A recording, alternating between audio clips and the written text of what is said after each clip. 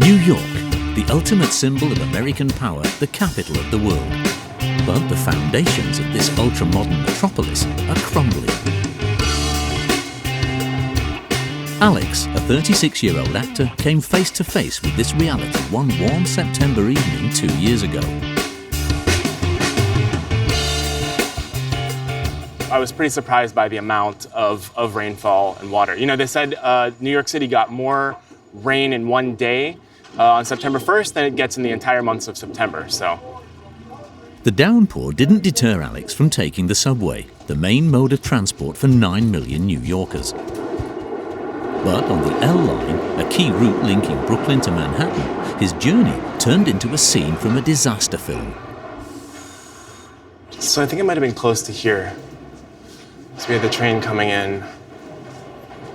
Yeah, this looks right, or maybe even a little bit further down, that red pipe.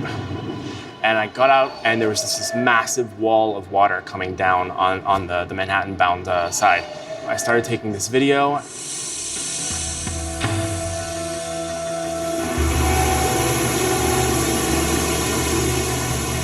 I mean, it was like Niagara Falls. You know, it was just this crazy amount of water this guy jumps through. Everybody's just trying to get home. The torrential rain was flooding the station. Within seconds, Alex had water up to his ankles. Whenever the station started filling with water, I started worrying about electricity and could that be conducted through the water? I don't know. So yeah, that's when I got out of there. That evening, similar surreal scenes were unfolding all over New York. Flash floods submerged subway platforms, while passengers tried desperately to find a way out. Miraculously, no one was killed or injured. But the subway, which normally runs 24/7, had to close. It was a failure for the MTA, the New York transport system. Karen Gregorian, one of their technical officials, took us to one of the 300 pumping stations meant to siphon water out of the subway. Pump has to stay always in automatic operation. My big pump and small pump. Certain areas, they are high tides together with the storm creates a very significant impact to our system. But this system has hardly been updated since the start of the 20th century and is now out of date. All these pump plants, they are all designed during construction of the subway system, most of them. 120 about our pump plants are being upgraded for a bigger inlet size to bring the water out of the tracks quicker, to upgrade the size of the pumping equipment and get bigger pumps and more units. These upgrades have become a necessity because even in dry weather, the subway is always on the verge of flooding. Between groundwater and the ocean, seepage is a constant challenge. More than 50 million litres of water have to be siphoned out every day for the trains to run. So even small hiccups like pipes bursting, as Alex experienced, can mean mobile emergency pumps have to be lowered onto the tracks by hand. It's a precarious and obsolete system that makes this city a castle built on sand. And for a majority of Americans like Alex, this is an analogy that rings true across the country. We have a lot of crumbling infrastructure. You know, our bridges, you know, we can't seem to fund, you know, creating new things and keeping the things we have in good repair. So yeah, it feels very symbolic of some of the pieces of the rest of the country. This is the underside of the United States. Although a dominant superpower on the world stage, on the ground, its infrastructure is decaying, with roads riddled with potholes and railway tracks falling into disrepair. And when disaster strikes, there's no hiding the widespread deterioration. The incident in Baltimore in which a bridge hit by a cargo ship collapsed is just the latest example. While the ship instigated the catastrophe, experts have been quick to condemn the bridge's instability. And all over the country, there are thousands of other bridges in similarly poor condition. Want a piece of the bridge? Wow, wow, wow, wow. See? Look at it. That's what's happened to this whole bridge. The country was founded and established through the construction of sophisticated infrastructure. But for decades, the powers that be have not invested enough to maintain it. And now, the deterioration can no longer be ignored. This negligence has put the health and safety of the American people at risk. Oh my God! That's bad. In Hawaii, mismanagement of the power grid sparked off a huge wildfire, causing 100 deaths and wiping a town off the map. It kind of looks a little bit like a small version of Hiroshima or Nagasaki. In other areas, it's the public water system that has collapsed, depriving whole cities of drinkable water. The water has a bad smell, a urine smell or a sewage smell from the infrastructure's breaking down. Elsewhere, it's the railway network, which is poorly maintained by private companies, resulting in the derailment of trains transporting dangerous materials in residential areas. I can't be in here. I don't feel good at all. I'm sorry. Faced with the crisis, President Biden has allocated $1.2 trillion to funding improvements to infrastructure. But will it be enough? In the meantime, Americans are demanding justice. Show me what democracy looks like! How did the richest country in the world end up here? We pull back the curtain on this superpower struggling to stay on its feet. Pittsburgh in Pennsylvania. The historic capital of American steel. The city boasts close to 500 bridges, most of which were built at the start of the 20th century. Many of them are in poor condition and at risk of collapse. Just ask Tom. He used to work for the city. Until recently, he managed the maintenance of its bridges. Pittsburgh has more variety of bridges than any other city in the world. From cable bridges, suspension bridges, the different types of engineering on these bridges. It's just a shame the city don't take care of their bridges. An experience that has left him disgruntled, because despite his warnings, in January 2022, a road bridge he was responsible for collapsed. The 140-meter-long Fern Hollow Bridge. Miraculously, no one was killed and only 10 people were injured. In a dramatic coincidence, Joe Biden was on his way to Pittsburgh that day to present his expansive infrastructure plan. Were you worried that there had been an explosion or that there had been We weren't collapse? sure whether the gas had caused this. We just weren't sure at that time. Investigation revealed that gas wasn't involved. The structure had simply given way. This red bus was passing through at the time. Its mounted cameras at the front and rear captured the collapse.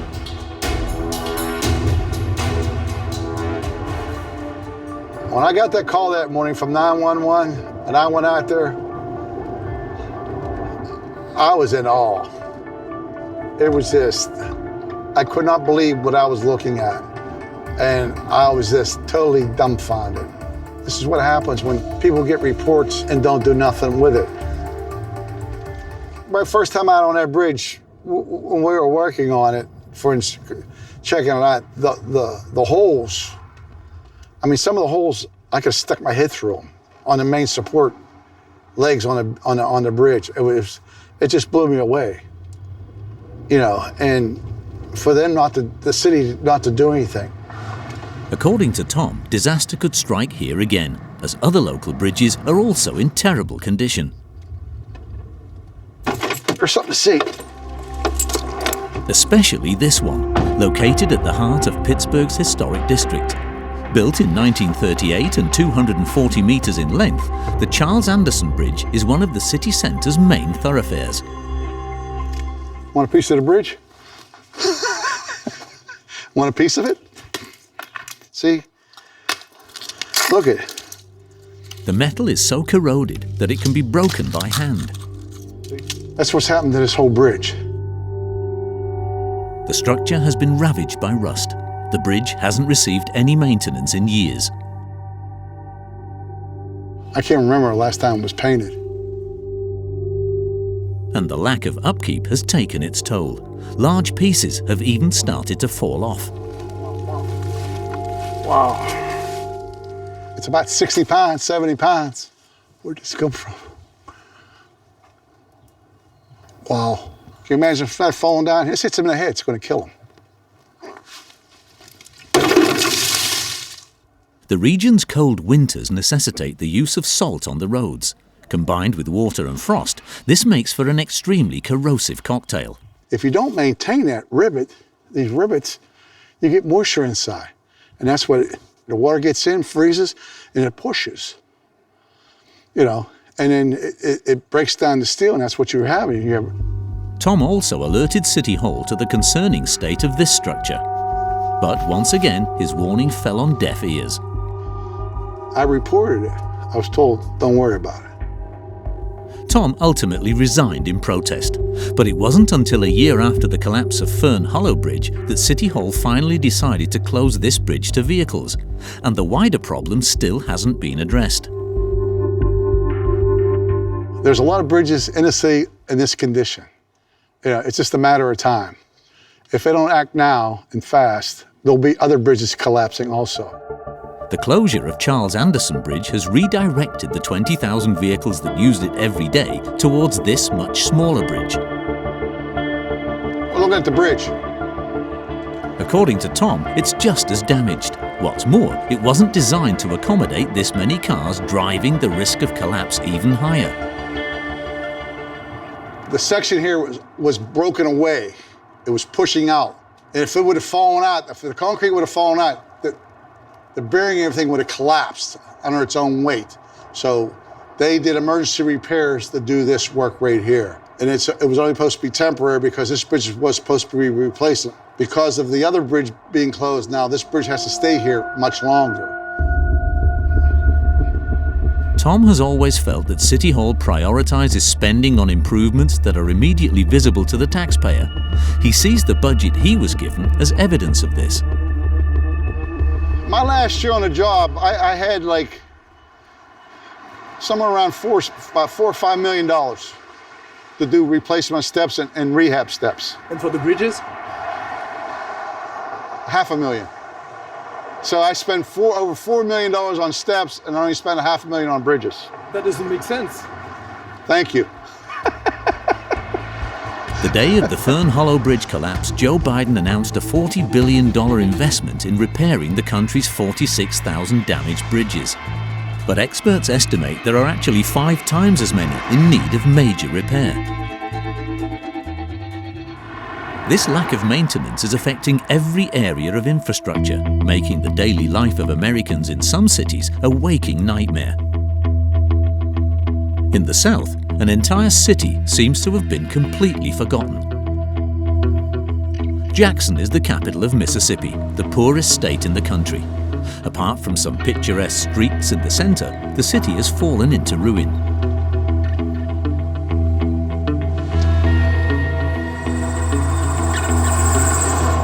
Its pothole-ridden roads, dilapidated buildings and abandoned shops make for a shocking sight in the world's richest country. Gino, a veteran who now runs a charitable organization, has witnessed Jackson's decline firsthand. In just a 20-year time period, it went from being one of the nicest neighborhoods in the city to what you see today, you know. At least 4,000 houses here are abandoned, the result of a downward spiral that started in 1970, when Mississippi, then a segregationist state, was required by the courts to end segregation in schools.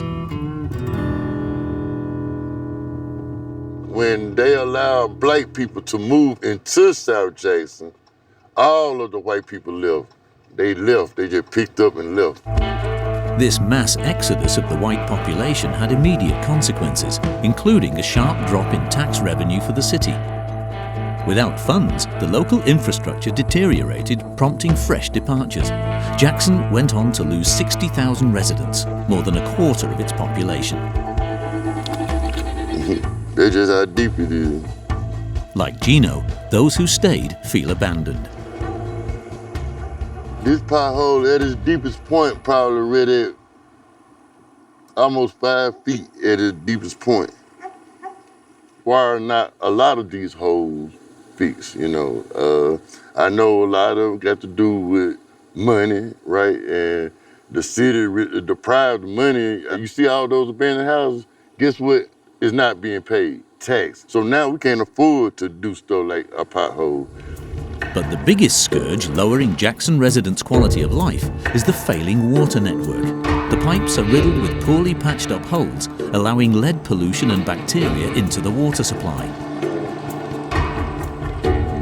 After a flood at the end of 2022, brown sludge started coming out of the taps, as this video by a resident shows. Like the rest of the city, Jean, a 44-year-old widow, was supplied drinking water by the army for 2 months. Nowadays, she has to source it on her own. Because it's a filter, because our water was brown, and it's not brown today. But normally it do be brown.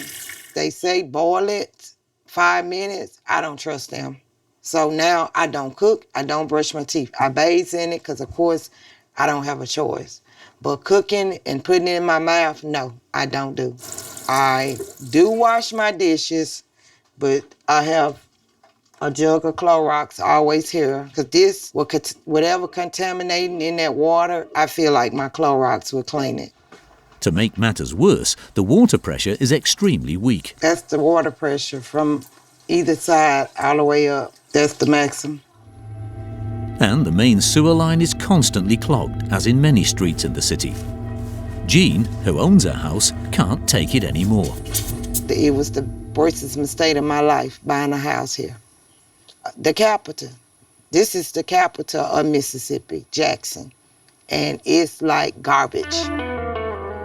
A federal judge has recently intervened by transferring the city's water management to an independent body.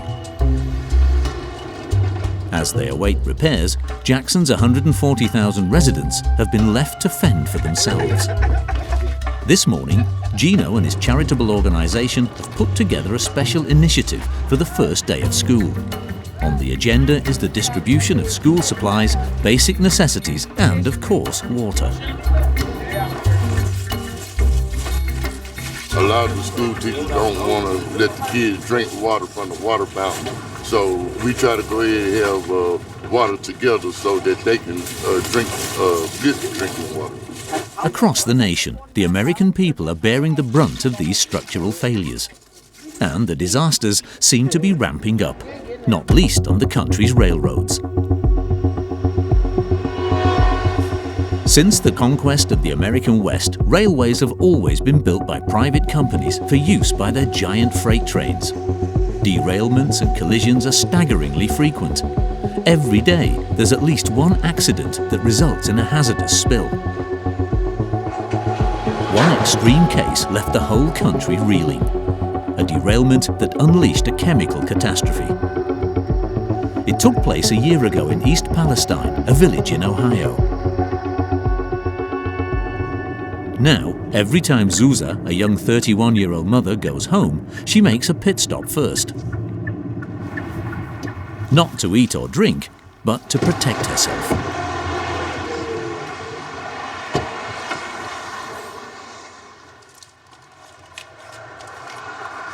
This is my gas mask, my respirator. I use this so I can at least enter my house for more than a few seconds. I got it at a hardware store in town. Should be wearing a hazmat suit, but this is the next best thing.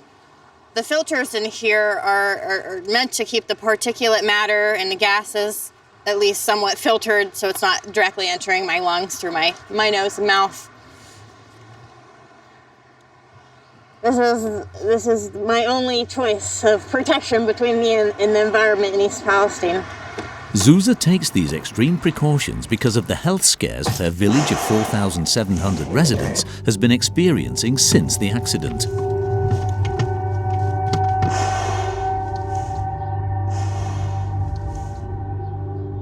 I don't really feel very comfortable coming into town. So, I mean, for me, the atmosphere is uncomfortable and frustrating. Generally, though, the people who are living here are either getting sick and afraid and don't really want to be here but feel trapped, or they are in complete denial. East Palestine's curse are these tracks belonging to Norfolk Southern, one of the main freight companies in the United States. Their network links up the gigantic petrochemical plants in the northeast of the country. But instead of circumventing the village, the railway track cuts East Palestine in two. It's a highway on rails where every 30 minutes, just meters away from residents' houses, freight trains of up to 200 wagons drive past, many of them carrying toxic materials. We're gonna go over the railroad tracks. The train was right across this. The derailment site's literally right here. On the 3rd of February 2023, a freight train close to 3 kilometers in length derailed in the middle of town. The wagons loaded with hazardous materials caught fire. When they heard the alert sirens, Zuza and her partner went outside to see what was happening. Oh my God! That's bad, dude. That's out of control. Oh shit. She filmed the gigantic blaze from her car. So it was burning for about a half a mile of track. It was very long. You can see the size of this cloud just compared to the houses. It was just enormous. And this was about an hour after it actually derailed.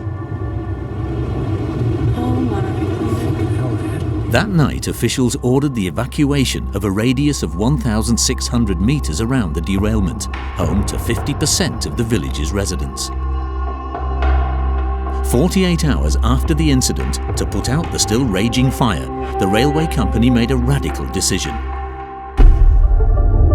With official approval, they blew up 5 wagons containing a toxic substance. The result? A mushroom cloud visible from 30 kilometers away. 5 days later, the residents were allowed to return, but like Zuza, 200 families are still refusing to move back into their houses. My eyes are burning down here real bad. I don't really want to be here much longer. I'm just gonna grab my mail and throw it in here real quick. She lived in a rented apartment in this house with her son and partner. So this is a duplex. Other people live here. A peaceful life abruptly turned upside down. How do you feel? Sick.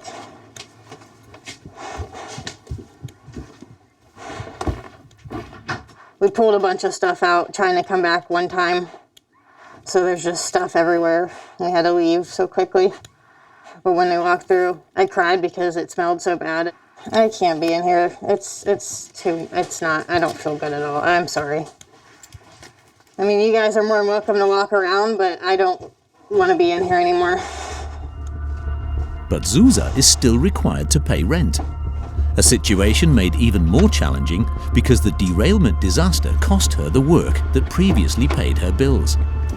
The evacuated residents were rehomed at the expense of the railway company Norfolk Southern. Zuza is currently living here, 50 kilometers from East Palestine, with her 9-year-old son. All right, so this is our hotel room. Today, Maddock is doing well, but on the night of the derailment, Zuza feared for her child's life. Something was seriously wrong, and he was hanging off the side of his bed, vomiting everywhere, shaking, gasping for air, saying, I need water, I can't breathe. I don't want to say panicked, but I immediately was on high alert at that point. So I made sure he was okay to walk, and I said, we got to go right now. After the disaster, Maddock's school closed. For the past 4 months, his studies have taken place online. But for Zuza, living in cramped temporary accommodation is preferable to returning to East Palestine. As we speak, the area is still in the process of being decontaminated. Trucks hose down the streets in scenes reminiscent of nuclear meltdown cleanup. And even if officially the environment is no longer dangerous, still, an independent expert and former firefighter specializing in chemical hazards has serious doubts. As you can see, there are watering everything down to try to keep the dust down, but the dust is what's got the contaminant. That's why I'm going to wear an N95 mask. Yet the workers employed by the railway company are working without protection. But they're not in the mood for a discussion. You guys have to turn around. You're not allowed past the bar. Go that way. They probably have no idea what's going on. They just have jobs to do, told what to do, and that's what they're doing. Given what you see and what's going on and all the dirt, they're also not wearing proper PPE. So they should at least have this on. According to Sill, the cleaning of the site poses a threat to everyone in the area, including the residents who have moved back in. See those, right over there, see where those big mounds of plastic are? Yeah, they're digging up contaminated dirt. They're storing it under plastic so it doesn't go anywhere. They're trucking it out, then they're trucking in new dirt to cover it over. All these houses are affected. They're continually being exposed from stuff that's being trucked out of there. But this comes as no surprise to Sill. He's worked on numerous train accidents, some of which involved Norfolk Southern. The company's reputation has taken a nosedive in recent years, with 7 derailments since the end of 2022. Sill says the negligence seen in East Palestine is typical of how the company operates, driven by cost-cutting above all else.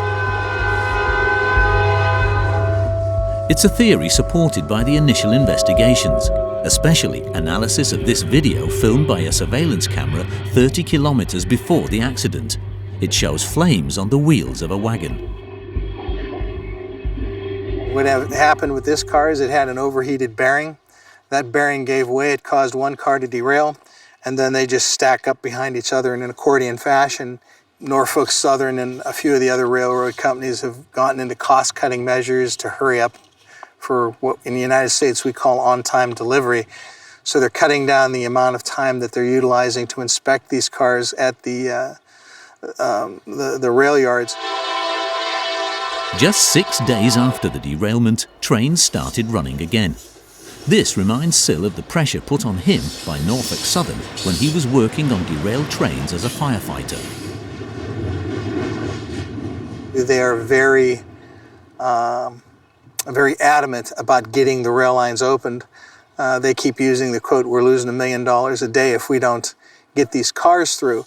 And that's exactly, in my opinion, what they did. They hurried up and burned this stuff, covered it over, and got the rail line running and miraculously lifted the evacuation zones. We basically nuked a town with chemicals so we could get a rail line through. The company has rushed to rebuild its infrastructure in exactly the same place, in the middle of town, while residents have been exposed to contaminants a second time via the cleanup operation. Leslie and Eric, who were told by authorities they could safely return home, no longer believe this was accurate. You guys hear the train blowing? That stuff, it didn't come to us because we didn't pay attention to it. Now, every time that train whistle blows, it's a smack right into our face. Since the couple are back, they've been afflicted with multiple health problems, including back-to-back bouts of bronchitis for Eric, but for Leslie, it's more serious. Some pictures of my face. My face was the size of a basketball. Then my skin would turn to leather, and then it would peel, and I would scar. This is my foot. My skin never looked like this before. I was destroyed. The train wrecked. It totally devastated my life. Like Leslie and Eric, many of the other residents of the village have developed strange symptoms. So they've banded together and called in help from a contamination specialist. Scott, how are you? Good. Scott is an independent tester who has agreed to work pro bono to give them a second opinion. He starts by collecting samples in Leslie and Eric's garden. I'm taking a soil sample by the downspout here because we'll get an idea of everything that has flowed off this roof and concentrated in here. And try to, as you know, they're experiencing pretty severe symptoms here. And we're trying to figure out all the chemicals they've been exposed to. So this will help us do that. Scott will also need to conduct analyses of the air inside the house, but Eric's insurance company has already done tests of its own. But, okay, here's the full report. After reading the reports, Scott doesn't beat around the bush. This is indicative of other people getting sick. The semi-volatile organic compounds, they're all present here. That's what I thought. So I really don't even need to repeat this testing. Okay. Because this gives you what you need. Okay. For example, you see these benzo compounds. Benzo, anything with B-E-N-Z is bad. That once it gets in your body, can cause cancer and a whole host of other issues. This will help support a claim against the railroad, from what I'm seeing. Okay. Hang in, though. We're gonna get the truth. We're gonna get the truth. I appreciate you. Hey, see you later, Scott. Thanks. I'm afraid for my children. I'm afraid for my fiance of getting cancer. While they await the result of the class action lawsuit, the residents of East Palestine have decided to protest in Columbus, the state capital of Ohio. They want a state of emergency to be declared, which would enable them to get financial aid.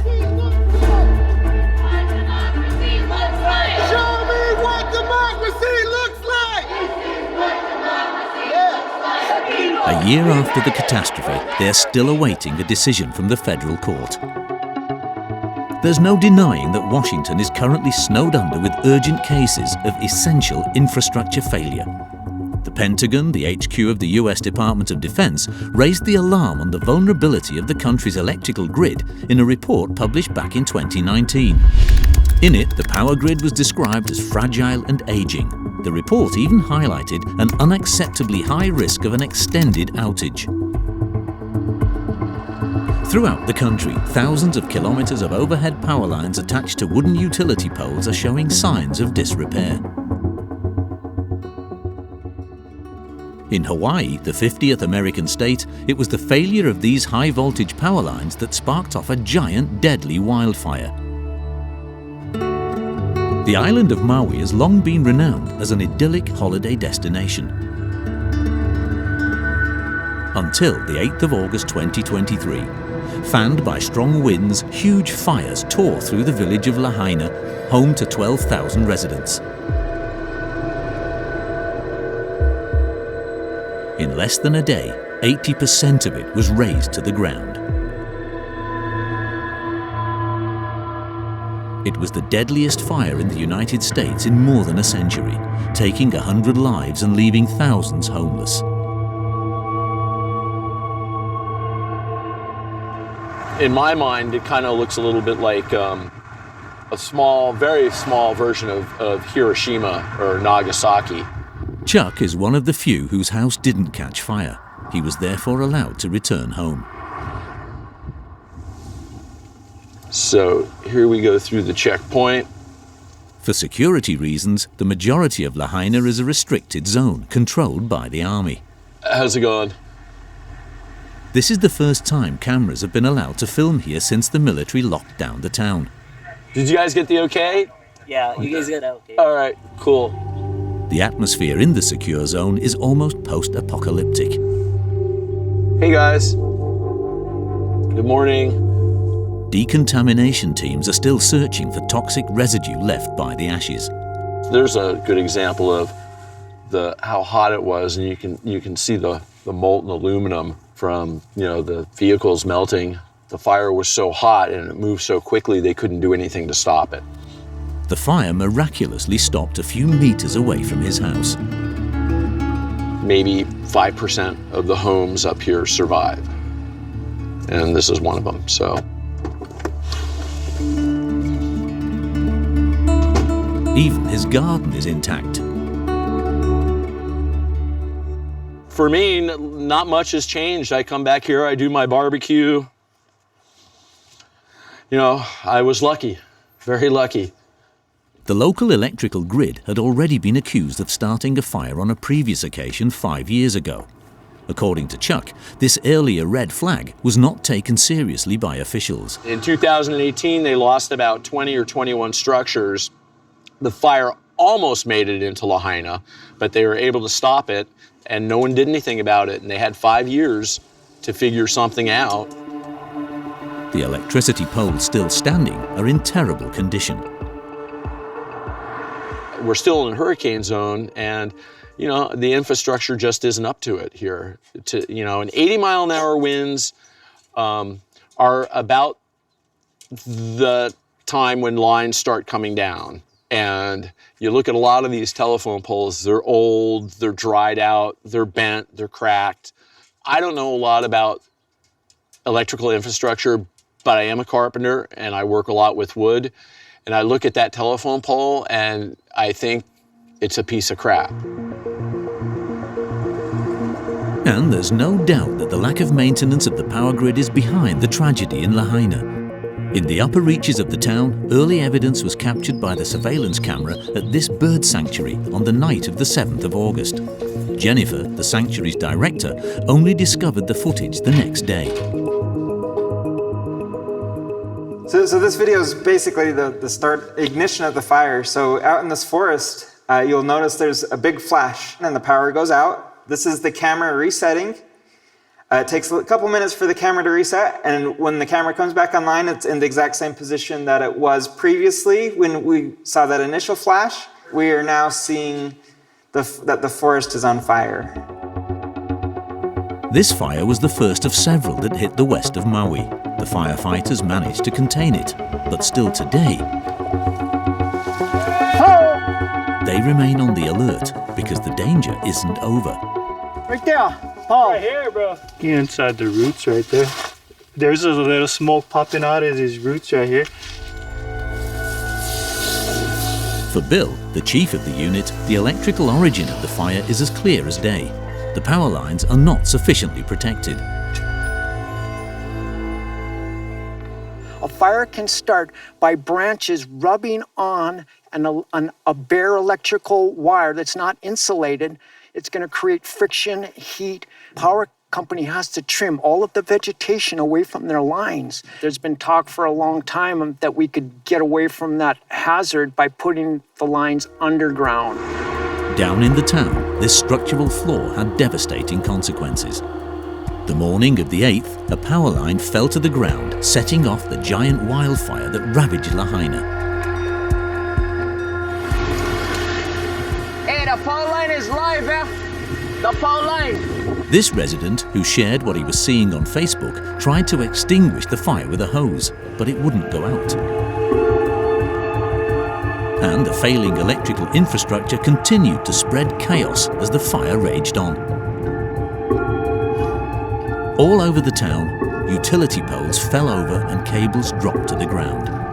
According to the electrical company themselves, more than half of the town's poles and transformers were affected, so much so that 2 key thoroughfares were blocked, forcing residents to abandon their cars and flee on foot. That fire is moving, so I am going to make my way down to the water right now. I'm going.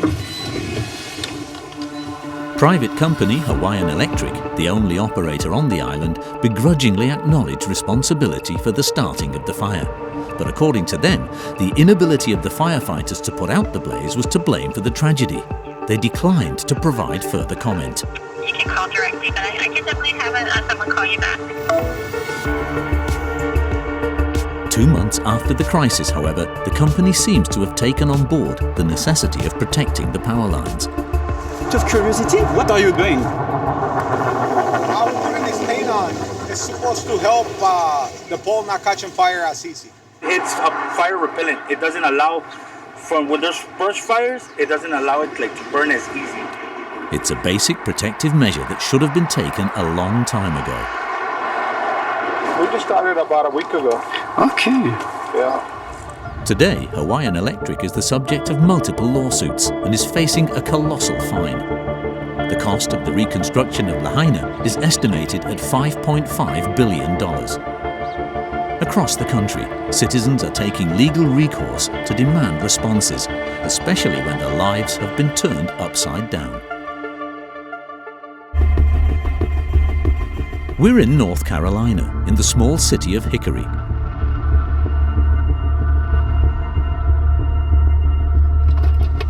Alicia visits this dead-end road regularly to honor the memory of her husband, Philip.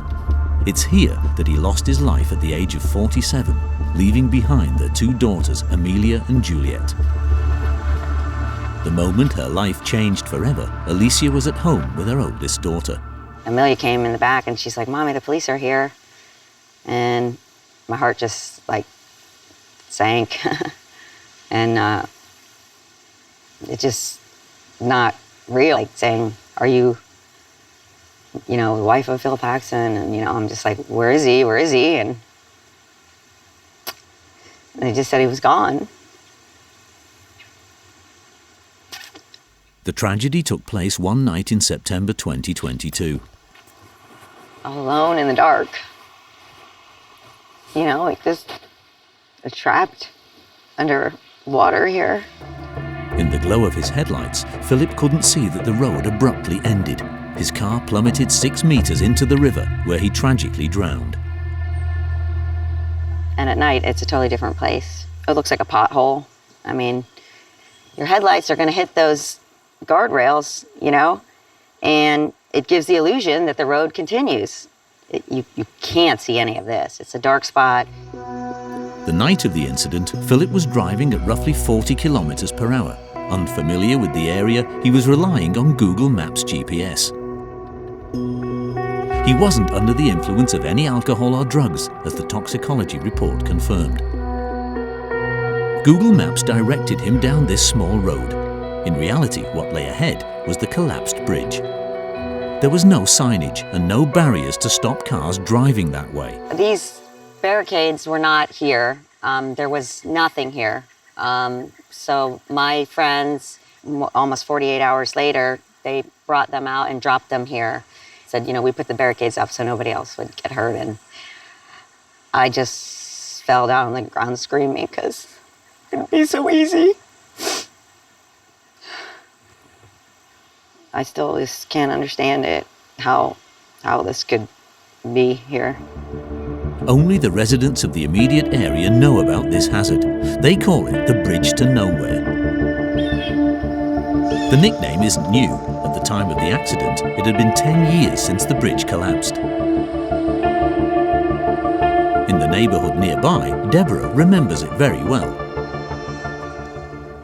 In 2013, we had a very hard rainfall that just continued and turned into a major flood. It was a mess. The whole neighborhood was a mess. The road had broken, the bridge itself had collapsed, the pilings were destroyed. And the deterioration of the local infrastructure just continued from there, with no repairs whatsoever. Meanwhile, Deborah moved heaven and earth trying to get the bridge rebuilt. I wrote letters to Senator Allran. His secretary answered them, saying the state wasn't responsible. Of course, the city wasn't responsible because we're in the county, and the county wasn't responsible. And nobody would do anything. Delving through old documents, Would you like to see them?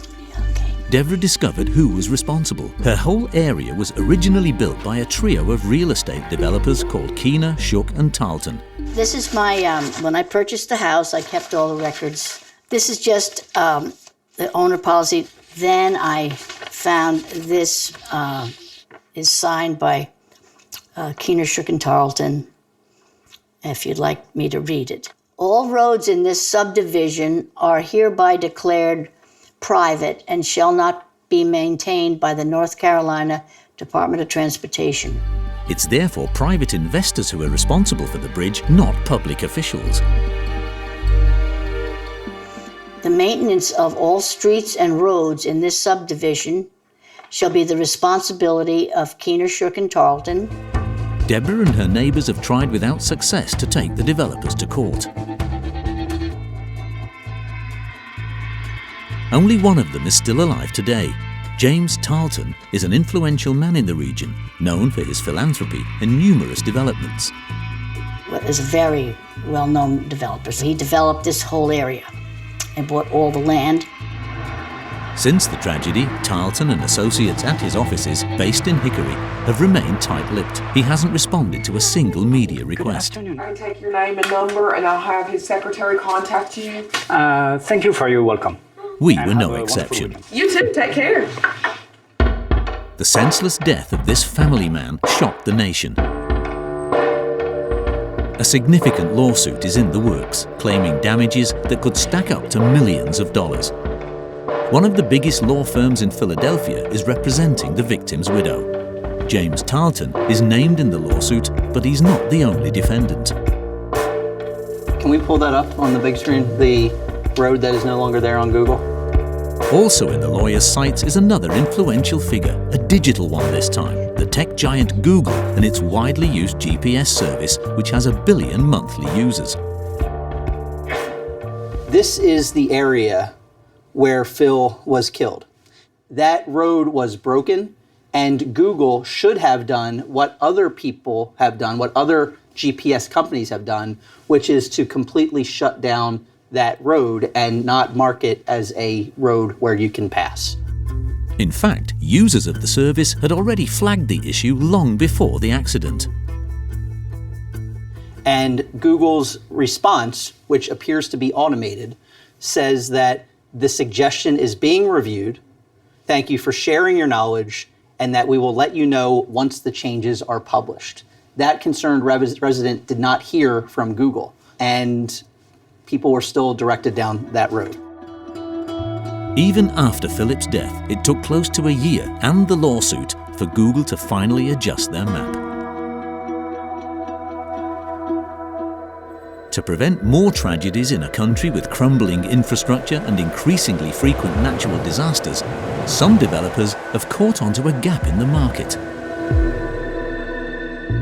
In Babcock Ranch, a boomtown in Florida, business is skyrocketing. Its unique selling point, properties advertised as hurricane-proof, in a development branded as the ideal city.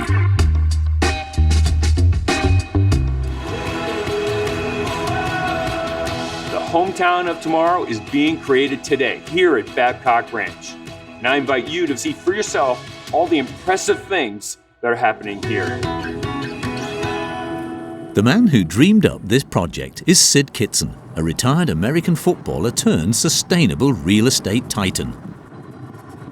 And people will say to me, well, how can you be an environmentalist and build a new city?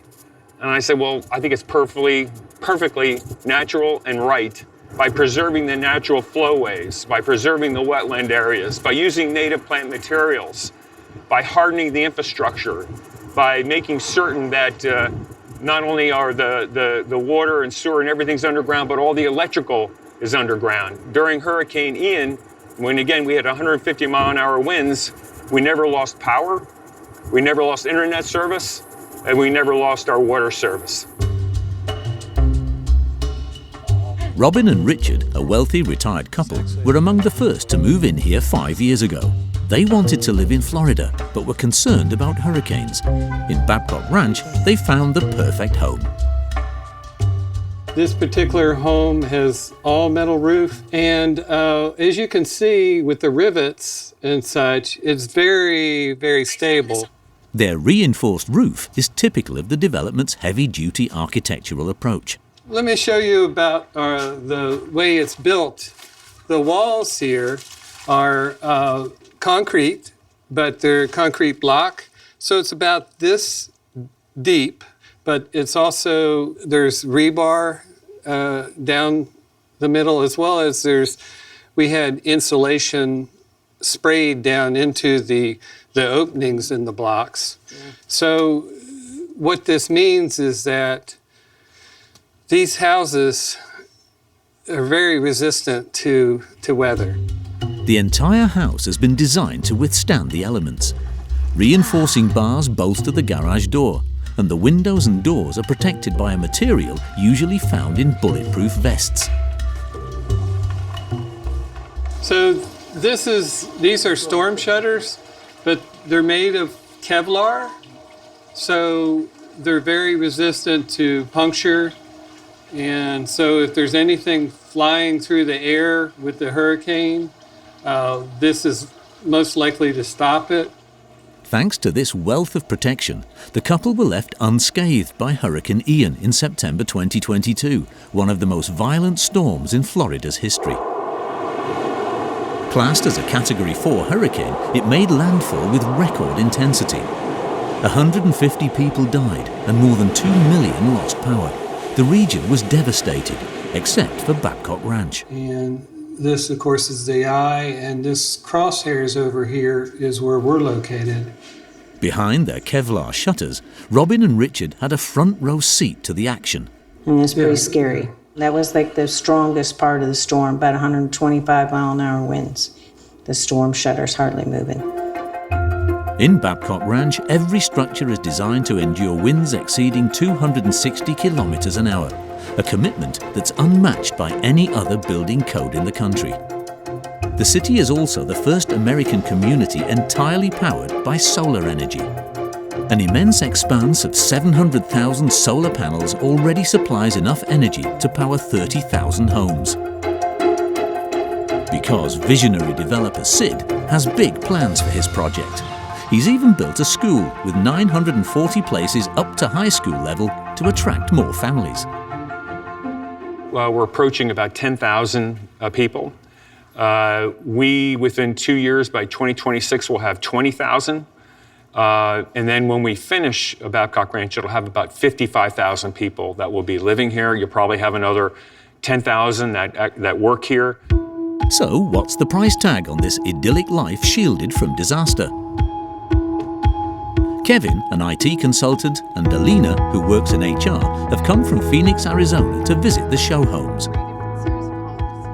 These are both the same home. These are both Charlotte's. This house cost $600,000, double the price of the cheapest model. It's got the decorative glass in it, but on the inside, it's still hurricane impact. So go ahead. Oh, thank you. Oh, wow. Oh, nice. The prices may be geared towards well-off buyers, I love that. but they're competitive for this part of Florida. For Kevin and Alina, who lived in Louisiana during Hurricane Katrina, the investment is worth it. I'm going to move into a community that's thinking about these things, that's thinking about, a safer way to push electricity to these houses and not have overhead lines that have the potential of falling when a hurricane force gale comes along and cracks a pole. This new kind of community is emblematic of the United States two-speed system in which only the most fortunate can access reliable infrastructure. The rest will have to wait for the government to finally rebuild their country from the ground up.